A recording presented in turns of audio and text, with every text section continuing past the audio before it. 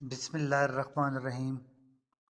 ایک دیہاتی نبی کریم صلی اللہ علیہ وآلہ وسلم کی خدمت میں آیا اور عرض کی کہ آپ مجھے کوئی ایسا کام بتلائیے جس پر اگر میں ہمیشگی کروں تو جنت میں داخل ہو جاؤں۔ آپ نے فرمایا کہ اللہ کی عبادت کر، اس کا کسی کو شریک نہ ٹھہرا، فرض نماز قائم کر، فرض زکوٰۃ دے اور رمضان کے روزے رکھ۔ دیہاتی نے کہا، اس ذات کی قسم جس کے ہاتھ میں میری جان ہے، ان عملوں پر میں کوئی زیادتی نہیں کروں گا۔